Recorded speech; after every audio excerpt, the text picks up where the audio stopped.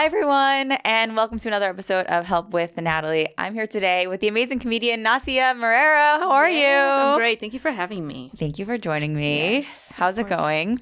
Pretty good. I just wanted to start this on a positive note. Okay. Which is, if it smells like dead raccoon, it's me. Because I've been running around all day, and I feel like I smell like a dead raccoon. A dead raccoon? Yeah. Do you smell it? No. Why dead raccoon? I don't know. It was the first thing that I thought about. No, not at all. Okay, good. I feel better. It's funny because I actually smell pretty bad. No, you don't. Not right now, but like in my sleep, I sweat. I like burrow myself deeply under the covers, and it's kind of like when I PMS, I sweat like crazy. Really? Yeah. You think it's because maybe of like New York, because there's so much pollution, so it makes you sweat it out at night? I don't know, but like I wake up in the morning like dank. Really? It's like bad. I don't smell like this anywhere else. Really? Yeah. I'm like, oh my God, am I a dude? Like I actually smell. Really? I don't smell you at all. No? Okay, I'm glad. So sometimes I wonder because like I was at this tattoo convention in Rochester this weekend and I smelled like something nasty and I was like, it's me. And then I realized, no, it's just the air. I'm around people that stink and I thought it was me. So it was like sometimes you're just around stinky stuff and you think it's you. Yeah. Well, I don't think there's anything stinky here besides New York, me. I guess. Yeah. How was that convention? Was it fun? It was fun. It was very fun. I got a bunch of tattoos. It was good. You got a bunch of them? I got four. I got oh my four God. tattoos. What did you got? I got these two. Okay, love it. I got this thing here, this bird here. Oh, I like that. And I got this skull. Oh, I like that. I can see that's very fresh. Do you have any tattoos? I have my ribs. Ooh. I know. Let me see if this was. Oh, that's so pretty. I have this. And I have this one here, which is What French. is that one? Wow. What does it say? I was young. I was like 17. It means joie de vivre. It's like, it doesn't really make much. It sounds so corny in English, but it basically is like enjoy your life. Yeah. Like happiness to be happy to be alive. I don't know. And then I have my Achilles, which is like two black hearts. Ooh. Yeah. You know something? That was the most painful one. I can see that the ribs. for sure. Which ones hurt the most? For me, my knee and my stomach. Oh my God, you got your knee done? Yeah. Oof. It's like Painful. all bone. I know.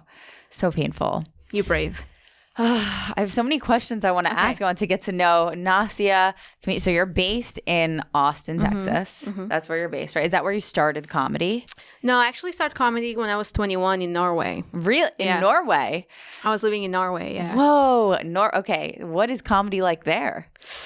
Well, I did comedy in English, and the thing is that people are, I mean, back in the day, I was 21, people are a little bit more like strict when it comes to dirty jokes. Okay. So you cannot, there's certain jokes you can't make. Okay. But they were fun. They're just a little bit more cold. So then, what brought you to Austin? So, or was that not your next? Where'd you go next? Oh, this is such a long conversation. If you're going to talk about that, it's a podcast. Okay. You don't have to. No. It's okay. You totally don't have to. No. So I tell you. No, so long story short. This is a long story. I'm like, Do you know what it is? The thing is that I have ADHD, so it's hard for me to focus. I will like never shut the fuck up about it. You don't have to. I can share. I'll be super fast. I'll tell you what I did. I'll tell you all my life story, Natalie and fans. Okay. So I was in Norway. Okay. When I moved to Norway when I was 19. I was a flight attendant and I was based there. Okay. And it was so fucking awful to me because I come from a warm country. What country? Portugal. Okay. So I come from Portugal. That was where I was born and raised, right? And like in Norway, 6 months of the year is dark. So it's like night. Wow. Yeah. 6 months. And it's like -0. It's like -0. Is that in English? Is that how you say it? It's just like even -10 degrees. It's so fucking cold there. I didn't know how to dress. Why Norway? Well, first of all, I was supposed to go to Italy when I was in the. That's nice. When I was in the academy to be a flight attendant. Right. And then last minute they changed me to Norway. They're like, fuck me. I know. I was like, fuck this. No, it was. It was a cultural shock. Right. Because I thought I was white. Like, I'm white in Portugal. And then I went to Norway and they were like, no, bitch, you're not white. Wow. You're like, there's something there, but you're not white. Wow. Yeah. It was very tough, to be honest. Okay. I mean, I'm sure, like, people will have great experiences in Norway if they have the possibility of having a good lifestyle or if they understand the Norwegian culture. I didn't. How long were you there? 3 years. Okay. What? Yeah. And was then, it 3 years or 2? I don't even remember. Yeah. And then where did you go? And then I got a job as a flight attendant in Abu Dhabi. Really? Yeah. And I moved to the Middle East. These are the most, okay. And how long did you live in the Middle East? Until I was 25. And then where did you go? And then so I met my husband in Norway. Okay. So we were still together. We did like long distance for a while. All right. And then I was like, I can't do this anymore. So we need to make a decision. And he invited me to move in with him. So in Abu Dhabi? No. Oh, okay. So at the time he was in Africa. Okay. And then he moved to, because he worked for the State Department. So he moved to Paraguay. So I went to Paraguay for 6 months. And then Kosovo for 6 months. You've traveled the world. Yeah, dude, it was like insane. Okay. And then Berlin, Germany. So when I was in Berlin, I finally did some comedy again. And now US. So I've been in the US for 3 years. Okay. Yeah. Wow. Do you feel like comedy has been like the common thread of your life? Like what, like tell me about, like, do you like to travel? Like tell me about how all this moving has impacted you and impacted your comedy. I don't know. That's a very good question, Natalie. Yeah. You're so good at this. You're really good at this. It's like so professional and cute. I'm just like, if I ever do any interview, if I ask questions, I'm like, so what did you eat today? Yeah, I like steak too, I think it impacted me more as a person because I became like very, like, I don't really have filters, and I became very thirsty to have friends. Yeah. So I'm like, I want to have friends. And then at the same time, I don't want to have friends. It's very complicated because you're constantly like moving and traveling and, between other cultures. And it's very lonely at the same time. Right. But I feel like it gave me the thing to do comedy where I don't care. Yeah. I don't care if I do bad or if I do great, because I do love comedy and I want to be better. So I don't like, What about it made you not care what people think? Like, what about traveling? Because people are just cunts. Like, can you say cunt here? Yeah. But what about traveling made you go like, people are cunts, I don't care? I just realize how a lot of people are just selfish, and even though sometimes you try your best to be nice with people, they will still treat you like shit just because they want to. Okay. So you're like... So I'm like, I'm just going to be myself. I'm not going to try hard to please. Because I used to have this thing, because so many times I was new in a place. Yeah. So I would try very hard. And that was not me being fake. I truly like pleasing people, not in a sexual manner. I mean, I do, but just my husband. But you know what? Hold on. That was awkward. Anyway, I really try. You've seen me. Like, I try very hard. If somebody speaks differently with me, I'm like, did I do something wrong? Did I say something? And now I'm just like, I have good intentions, and that's all I care about. Right. I've tried to belong to people and places. You try to fit in, and then you're like, fuck this. I don't even care. I just don't care. You gave anymore. up on caring. Yeah. I feel that. Yeah.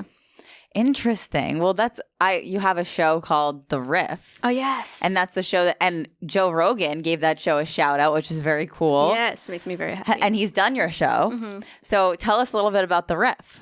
Yeah, so The Riff is basically, it's an improv stand-up show. Mm-hmm. And in the beginning of each show, we give people some notes. Yeah. So just like some papers, and they get to write whatever they want, any suggestions they want. Mm-hmm. And then we have on the wheel 3 options, right? We have tell a story. Yeah. We have number 1, which is crowd suggestions. So these papers that they wrote, right, which will be randomly taken from a bucket. Mm-hmm. And then we have number 2, which is comedians in a lineup suggestions. Right. You've done my show. How did you felt about it? It's good. I think it's challenging to be on the spot, and then it's challenging to go up and not do the material you have planned. Mm-hmm. Especially, I think that's sometimes you get something from the bucket and you're like, oh yes, I know exactly what to say about this, and then sometimes you're like, oh man, this is a challenge. But I think it's a good exercise. And sometimes you like think of something that inspires you for a bit or something. So I think that's what's cool about it. Yeah, I like that too. I like it because sometimes it makes me feel, I used to be so scared because of my English, like to say something stupid or like to say a wrong word. Right. And now with this, I feel so comfortable with crowd work. Like, I don't care. I just have a great time. That's awesome. It is about just having fun. Yeah. Do you feel like, what is like as like an attractive woman in comedy, like how has that affected your career? Do you feel like you've been misunderstood that way, or do you feel like you have a different experience than other people because of it? I think you understand me a lot when we speak about this. Mm-hmm. I think it's so much harder. I was talking about this with a comedian the other day, because he was like, "Oh yeah, like things are easier for you because you look a certain way." It's like, no, it's actually way harder. Yeah. It's funny because I used to be bullied a lot in school because I had like short hair and I had a little mustache that I lasered off. Okay, and I was just scared to talk to people. And then as I grow up and I went to high school, like I flourished a little bit and I start seeing how people like change around me.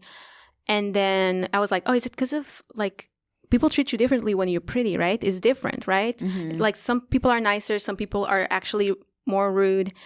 And then now I'm in a scene where it's mostly dominated by guys. Yeah. And many of them, they are not like respectful to you because they think that all the opportunities you get is because of your looks. Yeah. And it's like you might get some of them because of that, but it's not going to keep you there. Yes, you might get put in a place because of your looks, but you're not going to stay because of that. Yeah, he's not going to stay because of that, especially with comedy. You think that you just go on stage and you just stand there. No, it's not like that, right? Right. You have to make people laugh. You have to be a smart business person. Yeah. 100%. And especially what pisses me off is that English is not my first language. Yeah. So this is so difficult for me to actually make people laugh. It's not difficult when I'm comfortable and I'm being myself, but when it comes to sit down and writing and actually, you know how it is. Right. It's not easy. So it's kind of offensive when they just make that a thing. Do you ever write in your first language is Portuguese? Mm-hmm. Do you ever write in your first language and then translate it back or never. no? No, I can't do that. Have you ever written a set in Portuguese or done stand-up in that? I did. I did a 5-minute set last time I went to Portugal. Really? Yeah. How was it? It was fine, but I prefer English. Yeah? Why is that? I don't know. I think because I've been so many years, like the last 10 years I've been abroad, like here. Yeah. Like traveling and always speaking in English, I feel weird. Like there's something when you're a foreigner for a few years that you don't feel at home when you're home, and then you don't feel at home in your host country. Do you know what I mean? It feels like you don't belong anywhere. And I thought maybe I'm just delusional. I'm like a bit depressed, but I've spoken with many with many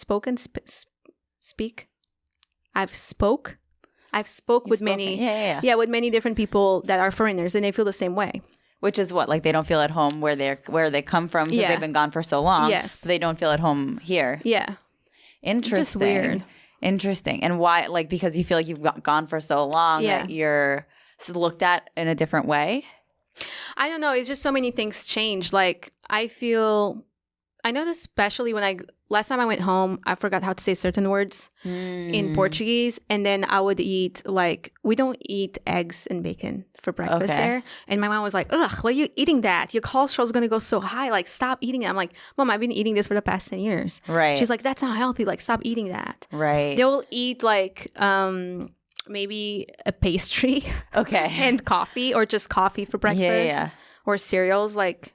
It's weird. I don't know. There's a lot of things that are strange. Like guacamole, they don't eat guacamole. Right. Unless they go to a Mexican restaurant, but it's not a normal thing in Portugal. They're like, what is this? Yeah. My mom was like, what is that green thing? It's like, it's avocado. It's guacamole. She's like, okay. What is the best advice you ever received? Okay. This was like... This was not really direct advice for me, but when I was in Portugal, we have like something that is called coffee culture, coffee shop culture.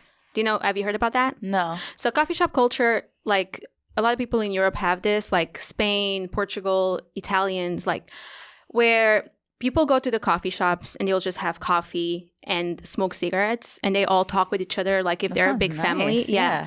And my parents have a restaurant, and they have a very small restaurant. And it was like packed. And people are they don't know each other. We're just like talking, watching the news, discussing stuff. And like there's this lady singing out loud just because she can, and everybody's listening to her. And I just felt like this is a lot. Like there's a lot going on here. And she stopped and she goes, I'm like almost 80 years old, and I didn't do anything of what I wanted. I wanted to be an artist. I wanted to be in theater. I wanted to sing, and I didn't do anything. Huh. And I looked at her because I was thinking about maybe I should just go back to Portugal, you know, like, Yeah. I'm so tired of like struggling and like fighting. And then it feels like, you know, I was just focused on a lot of the negative thing that, you know how it is when you try Right. to make your dreams come true in the show business. Yeah. And I listened to her and I'm like, oh my God, if I leave, that's going to be me. Like, I'm going to Yeah. be like that. So at least I know that if I don't make it, I know that at least I tried, you know? Right. I think that was kind of an advice, but No, I see that. You basically, your advice is basically like, you know, follow your dreams. Yeah, because just you do- saw someone that yeah. didn't and regretted it. yeah. Because a lot of people, they don't have time, Right. you know? I had a conversation with Jimmy Shepard. Do you know who he is? Yeah. And he told me that he had a girlfriend that she had cancer and she just found out like when it was too late. Oh, wow. And she couldn't even text. And he said, the last words she said to him was, I thought I had more time. Oh. I know, that's so heartbreaking. And I'm like, and here I am smoking cigarettes and complaining about shit that doesn't even matter when I should just be grateful to be here in the first place. It's so hard to continue to practice gratitude. It Yeah. really is. Sometimes I really forget to remember. That's why I'm proud of myself. I ran 5 miles today. Oh, great. That's amazing. Thank you. I had to throw that in there. I love that. It is hard to remember to practice gratitude. Like, I feel like I get so wrapped up in the moment. I get upset about little things. I get in my head about stuff. And I just have to be grateful that I'm here. But it's hard to always have that every is. moment. And it's hard to feel good about your accomplishments, even though you have to appreciate the little things. Like my therapist said to me, he was like, you know, 5 years ago, if you looked at what you've accomplished now, wouldn't you feel very proud? And I was like, yes. And he's like, well, then you need to feel that now because, you know, 5 years from now, you need to be able to feel those things. Otherwise, like, you have to be able to embody your accomplishments in order to keep going. Yeah, I think sometimes, and I think you know what I'm talking about, with like, we get so caught on the negative things. Mm-hmm. Like, I saw this TikTok today where this girl, she was talking about, she had a conversation with a monk, and there was a page, like an A4 page with a black dot in the middle. And he said, what do you see?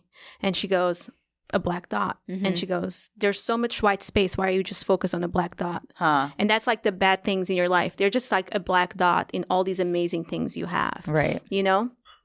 I had somebody, how do you say in English? I forgot the word. I'm so tired. I slept for hours. When you put a video, there's nothing wrong with the video, but people complain about the video. Oh. So then you have to prove there's nothing wrong in the video, which, how do you call that? You appeal the complaint?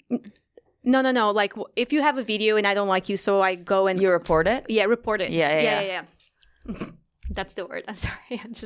I'm tired today. And my friend was like, why would somebody fucking report that video? There's nothing wrong. It's just a joke. And it was my first video that went viral. Okay. So, of course, he's the one that has more views, right? Right. And I'm just like, it's just like haters.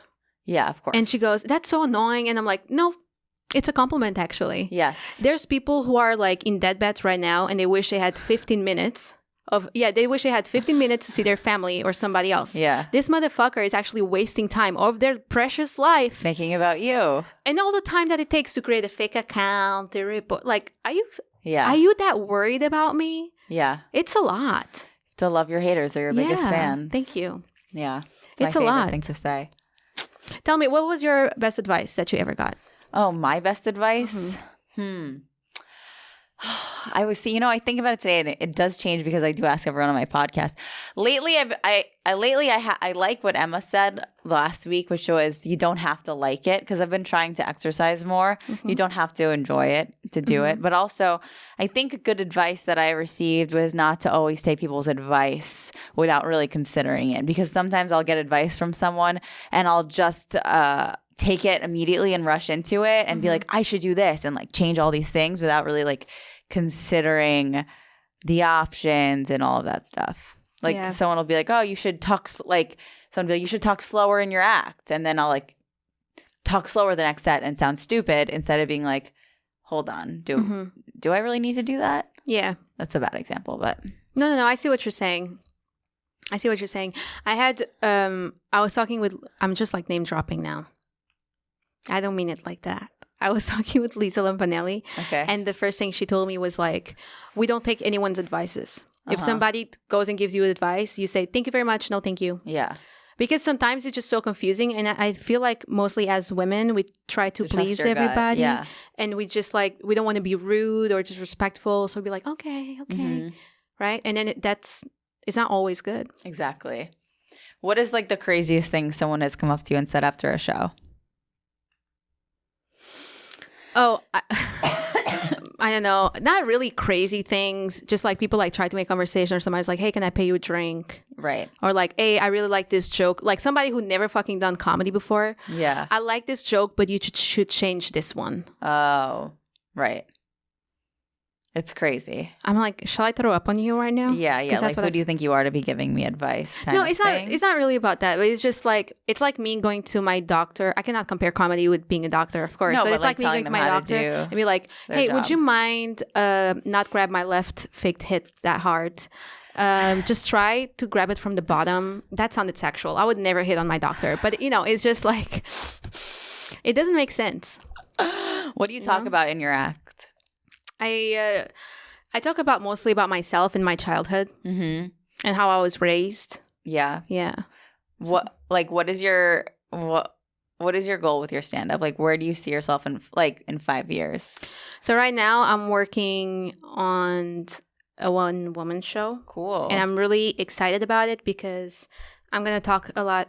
First of all, I get to display like different talents, right, which I'm really excited.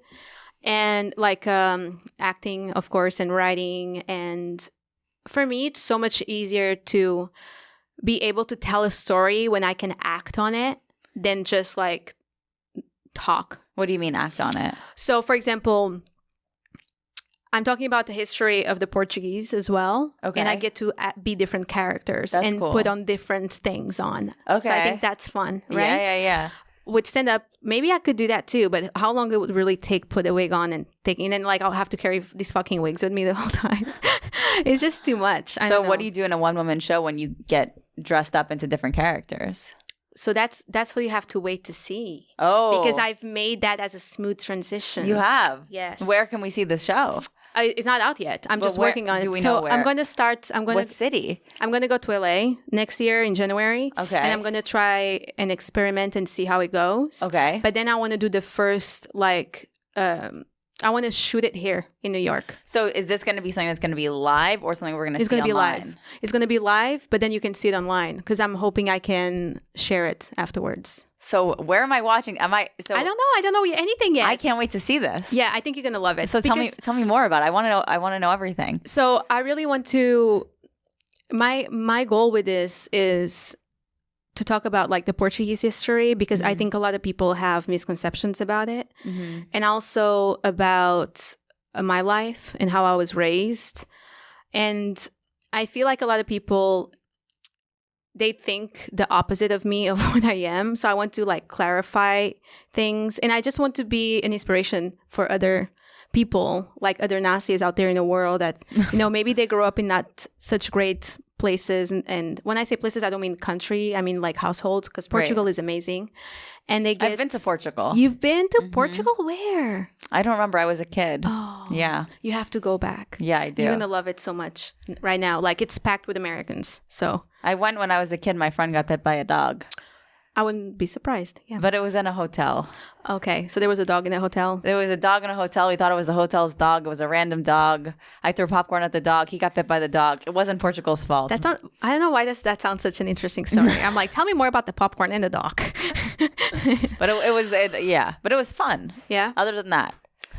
Okay, well, I'm sorry about your experience. No, that was not related to Portugal. It did happen there. There's a lot of homeless dogs. Yeah, but it was still, he wasn't afraid of dogs after that. I was, and then I got over it. Okay, I'm glad you got over it. I love dogs. I do too. I love dogs very much. So, okay, what is it that people think? What are like the misconceptions about you that people think? Because like I get it, being like, sometimes I feel like people think that like I'm like this serious, like attractive female, and then I'm like, no, I'm silly. Yeah. I'm me. I grew up with like, I had my own troubles that I faced. Like, what do you feel like are the misconceptions about you that you want to like kind of use as one woman show to show who you really are? So I like I said, I think it's because I traveled a lot. I used to bent backwards to try to be like extra nice and be like welcoming. And I just got so tired of that because a lot of people walk all over you and they just treat you like shit, or they just assume you're stupid. Right. Right. And I was listening to this song that it's from Nady Peluso, and maybe it's not really your style, I think, but I think you should. Do you speak Spanish? No. So this song is Nady Peluso, and it's called Mafiosa. And it's basically about, she talks about like, maybe she doesn't talk about this, but that's how I interpret it. That's how I see it. Is that she's like, it's okay that you love yourself and that you act with confidence. Okay. Because many people, they don't like confident women, and they don't like women who like themselves. Right. They will be like, oh, she's so full of herself, or they would try to like bring you down with dumb jokes. But it's like, that's just projection. I love confident women. I love when I see a beautiful, strong woman walking to a place. I'm like, what can I learn from that? I like that. Right. You know, I love looking at women being like, oh, I love her hair, her makeup. Like, I really love that, to a point that for a second I was like, am I gay? Like, I thought maybe I was a little bit gay. Right. You know? But she's basically saying like, I don't apologize for things anymore. If people think I'm going to be a fucking, I don't know, it's mafiosa. It's translates to English. No. Mafiosa, it's like, she talks about it as a strong woman. Okay. Or here in America, when you say, oh, she has a strong personality. Okay. That has a bad connotation, doesn't it? Right, like, oh, she has a strong, it's okay to have a strong personality. Like a big personality. It's okay to be, it's okay to be passionate. Yeah. You know, when people say, oh, you're aggressive. I'm not aggressive. I'm passionate. Right. And that's okay. Okay. It's like, it's about not apologizing for who you are. Right? Because people try to see that as a bad thing. Remember when you were in high school and people were like, maybe this happened to me a lot in Portugal when I started like flourishing. I'm like, am I cute now? You know? They're like, oh, she's so full of herself. And I'll be like, no, I have a must. And I would feel like I have to explain myself. I'm like, yeah, nowadays I'm like, yeah, I am.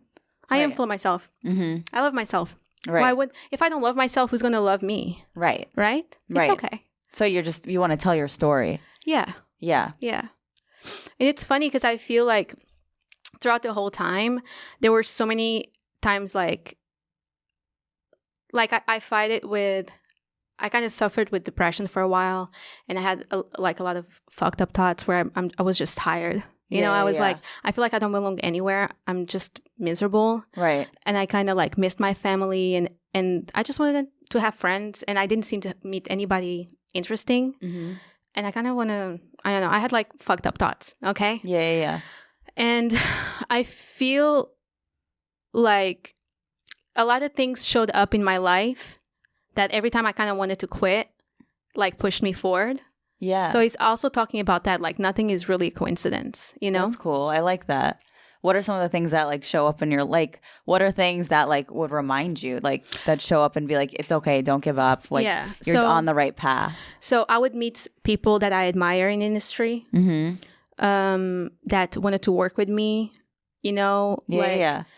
Like, for example, my manager, she works with, like, one of the most amazing comedians. Like, I don't deserve to have her as my manager yet because I'm not making that much money. Yet she saw me for my work ethic, and she wanted to work with me, and she saw something with me, and she cares about me. Right. Like, for me, that was a big deal. Yeah, of course. Right. She called me, and she's like, hey, how was your shows this weekend?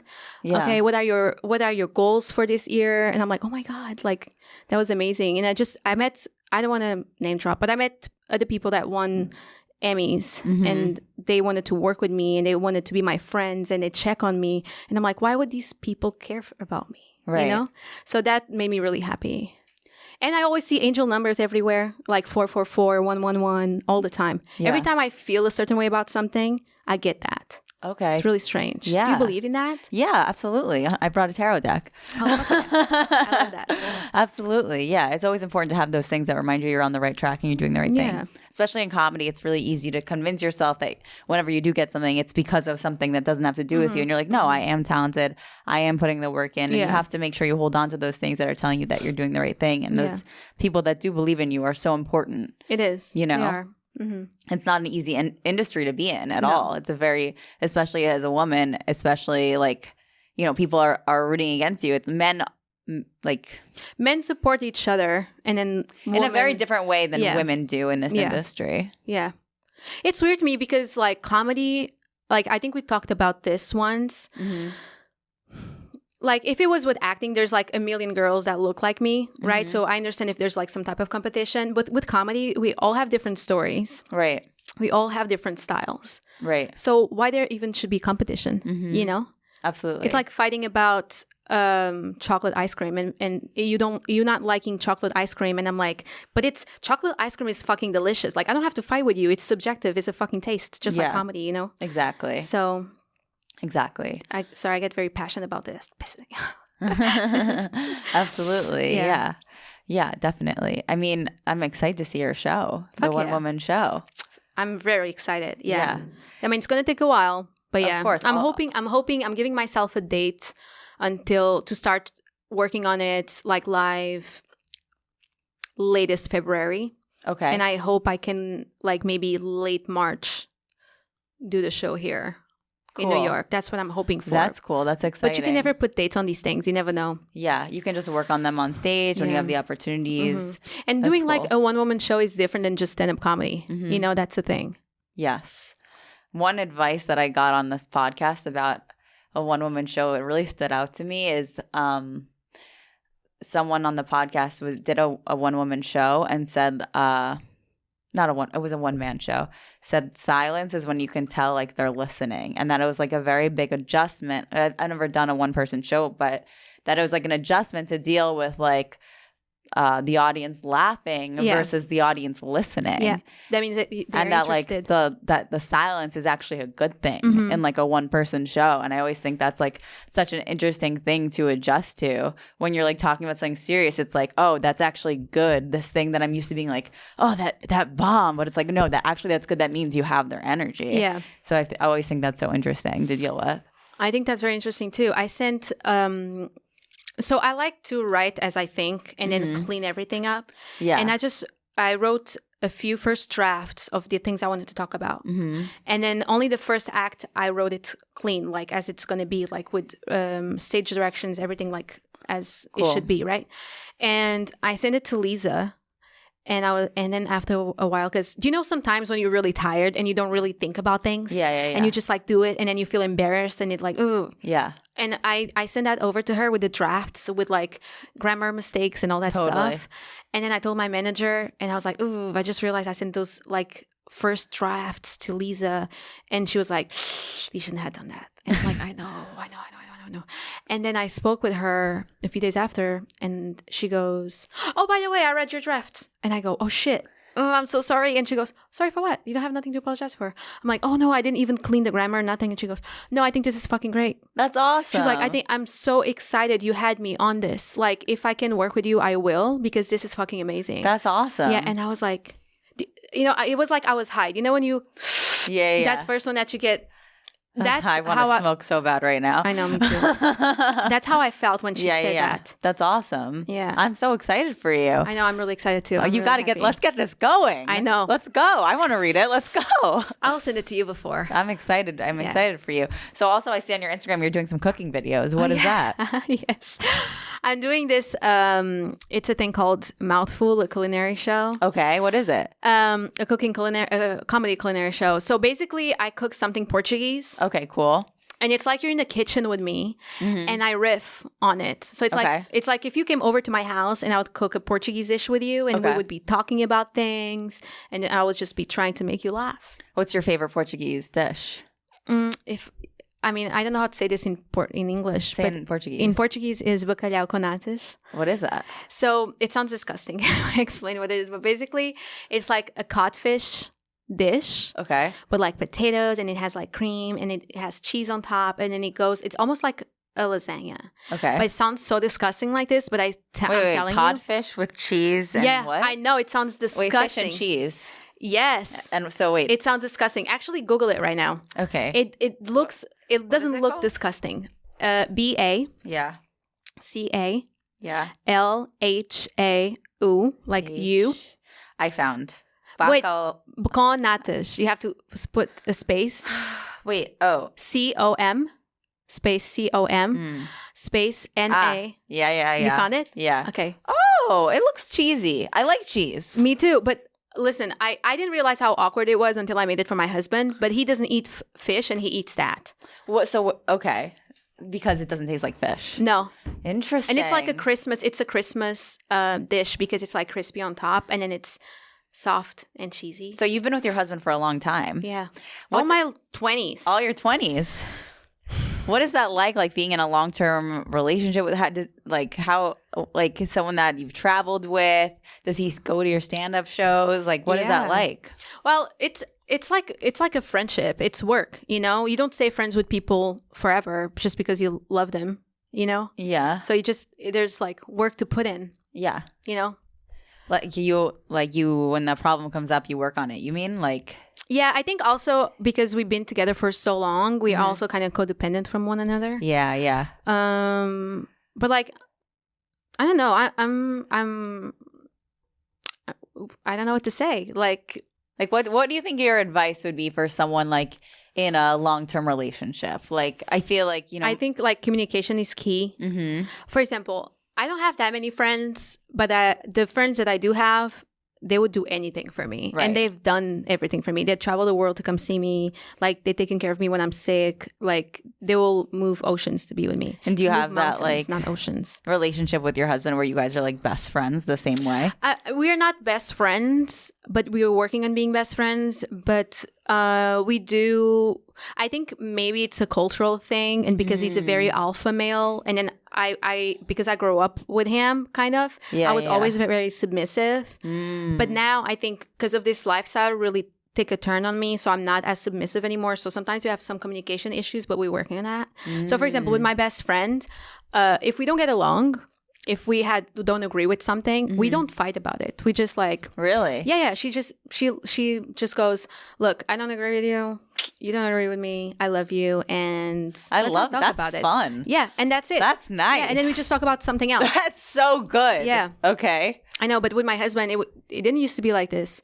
Because sometimes we go to bed and we piss off at each other. First of all, if you're in a relationship, never go to bed mad. Don't go to bed mad. At least like put your arm on top of him or vice versa. Be like, I still love you. Yeah. Right. But you know, I've been with him for so many years. Like, I don't see myself with anybody else. Yeah, of course. You know. Yeah. Do you talk about him in your stand-up? I used to. Some of the meanest jokes I got about him, he gave me those jokes. Really? Yeah. He's gave like, me those jokes. Call me a fat fuck. Yeah, right? No, the ones about like my marriage, how my marriage was and everything. Like, he was the one who was like, you should make a joke about that. And I was like, okay. Wow. But it's like, but people who don't know that, they just think that you're a bitch or something. Yeah, she's like, she must hate her husband. You're like, no. He told me to say that. Yeah, he told me. Wow. He's like, no, I just want you to say you have a husband up there. I don't care if you're mean. Anyway, that's so funny. I like that idea of when you disagree, just feeling like, I think this, you think that, whatever. All of my best friends, and the thing is, like, something that he was not used to, is that in the Portuguese culture, people talk very loud. They don't shout. I don't shout. I don't fight with people. I'm just like, you know, I just turn my back. Yeah. But my friend Vera, I forgot. She's very like loud, and I forgot how much I love that about her. But if it was somebody else, I'd be like, ugh, why are you so loud? Right. But it's a thing that's very typical of the Portuguese culture. And if we're upset with one another, like my relationship with her, it's a bit different than my best friend. But we're just like, okay, bitch, like shut the fuck up. Like, I don't care about this stuff. Like, I don't want to, you know. And then after we were good, like, I waxed her vagina once and she kicked me so hard. I went against the wall and I hurt my back. And I was like, really? Like, I come here and I like wax your pussy and in exchange you kick me against the wall? And I was like in pain. Wait, you waxed her vagina and then she kicked you against the wall? Yeah, because it hurt her. So she... Wait, I was what? Like, okay, that is a good friend. I know. She had her legs like this. Right? And I was in the middle and I was like, okay, you're fine. I'm gonna pull this. And I pulled it, and as I do this, she goes, and she like kicked me like that. I don't have any female friends whose vaginas I would wax. I'll wax yours if you ever want me to. Wow. But it's because I'm genuine. How do you get so close with people? I don't know. No, because I know her since high school. Okay. I know her for a long time. I guess. I have one friend whose butt I checked because she felt like she had anal and she felt like he ripped it. Oh, no, she didn't have anal. It was like he went for the wrong hole. he like went and then I checked to make sure everything was like good. Okay. But that's like the most. Okay. Like with like a girlfriend. Yeah, with wax, you have to touch it and stuff. Yeah, I've never done that with a girlfriend. You know what we did once? So I was at her house. Yeah. And there was no lights. Like the light, we just came from the beach. Okay. And I was supposed to take a shower at her house. Okay. And her house just didn't have lights. Like there was just like, does that happen in America where the lights just goes off? Because it never happened since I've been here. I guess not. No. Okay, well, it happened this day. And so we were like, okay, let's just take a shower together. So before the hot water, you know. Yeah. So we get... There's so much more shame around the naked body in America. I know. It is. So we took a shower together. And then we had to turn lights, like candles on because it was dark. So it's romantic. So we took a shower together. Candlelit. With candlelit. And then it was so awkward because even though like we done all those things for one another and we are such good friends, like I was like, okay, can I have the bar soap? And then we were trying not to touch each other. And like, wow. It's like I'm there again. And I touched my naked ass on her naked ass. And we just couldn't stop laughing because it was so fucking weird. You don't hook up or anything? No, we're like sisters. No, we're like sisters. Okay. Yeah, do sisters wax each other's? No, it's like you see that's the difference. That's the difference. In Portugal, we have because we have this culture where you go to the beach, you do topless. Yes. And you wear a thong. You have fun. It's just normal. Like when we meet people, we'll kiss them on the face. That's true. Yeah. So we are like very open like yes. that. It doesn't mean because we are so open, it doesn't mean like fun. a sexual thing. Yeah. You know? Now that I say that out loud, no, I it's understand nice. It sounds weird. No, yeah. it's good. I feel like I've hooked up with girls, but I've never with a friend. I didn't know you were bisexual. I never say that, but I have hooked up with girls. Maybe it's just like having fun. Yeah, but never with a friend. I've never been like, if I'd feel awkward with a friend. Yeah, of course. I don't think like, I don't think I would ever hooked up with a friend too. I've kissed a friend, but not done nothing else. I have with a friend once, but she was like... Not a really good friend. Yeah. Yeah. You want to pull a tarot card? Yes. Okay, so this is so nice. My boyfriend's parents got me Oh, you this. got a boyfriend? Yeah. Who's this guy? He's cool. He's his name is Dan. Oh, nice. Hi, Dan. And so his parents went on vacation and they got me this at a store, a tattoo tarot. First of all, this is such a specific gift to me. Like, I know few people that would get me such a specific gift to me. Like, first of all, I pull a tarot card on every episode. So, like, I collect tarot decks. So sweet. Second of all, I love tattoos. So it was just so thoughtful. It is very thoughtful. They really care about you. It's so sweet. All right. So I always pull a tarot card at the end. I'd rather have like gifts like this that are meaningful than just an expensive thing. This is like when I say expensive, I mean like just random jewelry, for example. Yeah, and there wasn't even an occasion. Like they just went away for the weekend. They came back. Like it was so thoughtful. That's nice. And it's such a cool cards too. I know. I'm just like, yeah, it was really sweet. But I like to pull a card at the end of the deck, see at the end of the episode, see if it encapsulates the energy of the episode. Okay. Do you want to shuffle the deck? Okay. See if it'll tell us what we need to hear. Oh my goodness. How long are you in New York this time? I'm leaving Friday. Okay. Yeah. You come here. How often do you visit? I came like for the past year every month. But I think now for the winter, I'm going to go to LA because I want to be in LA for pilot season as well. Okay. No, because it's warmer. Dude, look at have you seen how fat my fingers look? Because you're crazy. No. My fingers swell up in a... You have finger dysmorphia? No. Like because of the winter, when I'm cold, that happens. Really? Yeah, it's really strange. I think it's arthritis. But who cares, right? Who cares about arthritis? I really get so cold in the winter. Me too. LA is beautiful though. When are you going to LA next? I think in January or like end of December. That's fun. Are you going to stay here for the winter? Yeah, I have some dates on the road, but I don't have any like extended. Well, if I do find a place to stay in LA that it's like nice, you can always stay with me. Oh, thank you. Where do you know what area in LA you like? No, I don't. Yeah, I don't because things are different now. It's like The Walking Dead. There. Have you noticed? It is different there. Yeah. All right. I don't know when to stop shuffle. Okay. What are you feeling? I feel like it's good now. Okay. You're like, stop. Okay. All right. I don't want you to be in a rush to go to your show either. All right. Ooh, the Chariot. Okay. Okay, cool. That card looks good. Is that what, baby Jesus? It looks like it, right? Yeah, it looks like Jesus. You guys see what it looks like? The Chariot. Okay. The Chariot is full of pride and confidence as he accepts his welcoming party. He has fought hard, battling his enemies and defending his beliefs. He has achieved greatness, and now he can relax. He has believed in himself and his abilities, and now he can enjoy the rewards of his dedication. His armor is thick, and the moons on his shoulders indicate his path was uncertain. The wreath on his head shows that he was on a noble mission, one that he has believed strongly in. He did not bend his will. He was persistent and in the end victorious in his mission.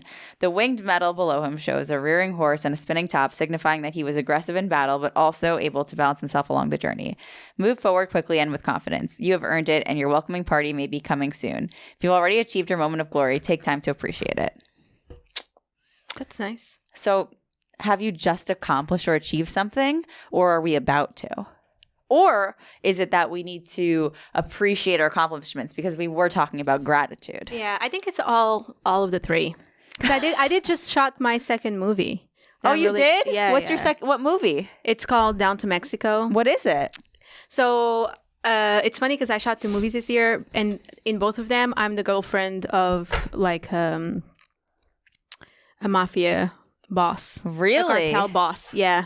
Wow. So I guess I just have that look, you know? That's fun. Yeah. So this one is I'm really excited about the second one. I had a great time. Like everybody treated me so respectfully. And even though my character was very sexualized, Yeah. I've never felt like uncomfortable or weird because they were so kind to me and cared so much about me. Okay.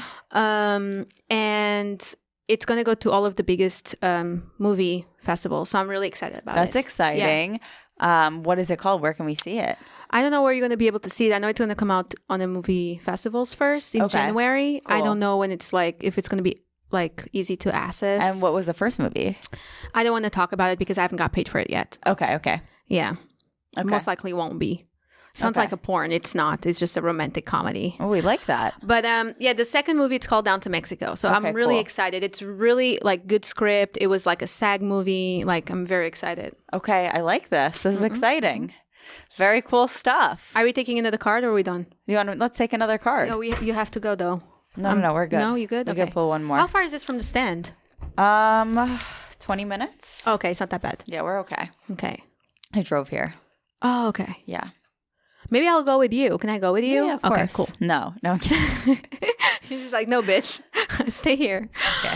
We pull one more. Okay. No. That's crazy. Same card. Isn't that insane? That is crazy, though, right? Yeah. I did. You see, this is what I'm talking about when I speak about the sign. It is the same card, though. I did change the. I saw you. Should I do it again? Maybe I'll take one. Yeah. You take one. The world. Okay, that's nice. And that's a really cool design too. Look at this. The world's very pretty. Yeah. Wow. Did I just fuck up the shuffling, or is that a sign? I don't from think the so. universe? I think you did it well. I saw you hiding it and going hiding it. Right? Yeah. Okay. The world reminds us of the magical moments in our life when everything feels right. Life may not be perfect, but it is perfectly as it should be at that moment. It doesn't happen often, but every once in a while, the elements fall into place and a peaceful moment of clairvoyance washes over our entire being. A woman floats in the clouds high above the earth. She has escaped the drama and the noise of her life for a moment and is looking out over everything she has achieved. She feels accomplished and lighter than air. Her ram's horns show that she has been strong-willed to get to where she is. She's woven a magnificent wreath of souvenirs to wear in her head to show off the journey she has been on. When your moment emerges, take the time to appreciate it. You've worked hard to get to where you are, and moments of true harmony and magic are few and far between. Don't let your own self-criticism overshadow the truly wonderful things you have done. Oh, see? Kind of a similar theme. And what we talked about too. Similar themes happening here. It's been amazing. Thank you. Thank you for doing this for me. I appreciate you. Thank you for having me. Where can people find you? You can find me on Instagram at Nacya_Marreiro. That's NACYA_MARR. I butchered your name. EIRO. You said that I said it right. You did say I don't like correcting people. So how do you say it? No, but I say it the Portuguese way. But if you say it the way you say it, it's not wrong. I just say it with a I'd like say it again. Marreiro. Oh my God, I totally butchered it. No, you didn't. You didn't. What would be the American way to say it? Marreiro. All right. Yeah, you didn't butcher it. It's okay. All right. Yeah, So there. where can people find you? Sorry. You can. Do you put in my Instagram handle or no? I will, but just say it anyway. Because people are listening. I don't know. Okay, so it's a NACYA_MARREIRO. That's my Instagram. And then you can be a sweetheart and supportive and submit to my Patreon. So you can see the Mouthful, a culinary comedy show every 2 weeks.